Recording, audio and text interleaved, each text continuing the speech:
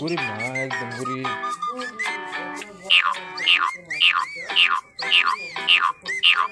কি মজা কি মজা, বাবা আজ বড় বড় মাছ ধরেছে, খুব মজা করে খাবো।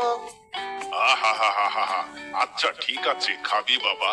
এবার চল আমরা ঘরে ফিরে যাই। আচ্ছা চলো বাবা, আমরা তাহলে এখন যাই।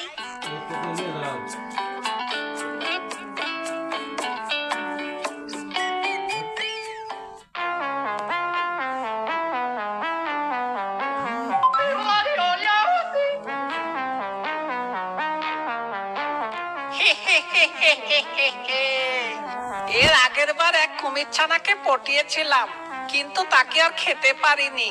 ওই কুমির ছানার বাপ এসে আমাকে যে ধাবত দিল, তাতে আর পালানো ছাড়া উপায় ছিল না। কিন্তু এবার অন্য কুমিরের ছানাগুলো আমার হাতের কবজায়। এই কুমির ছানাগুলোকে পটিয়ে পটিয়ে সব খেয়ে নিব।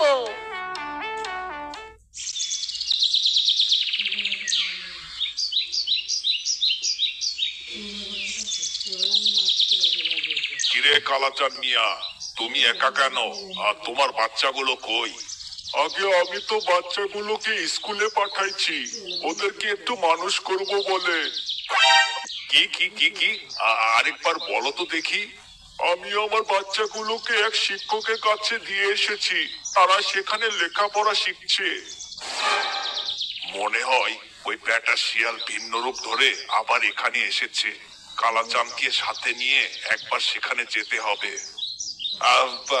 বলছিলাম কি, তোমার বাচ্চারা কোথায় পড়াশোনা করছে তা আমাকে যদি একটু নিয়ে যেতে তাহলে খুব ভালো হতো, একটু দেখতাম আর কি।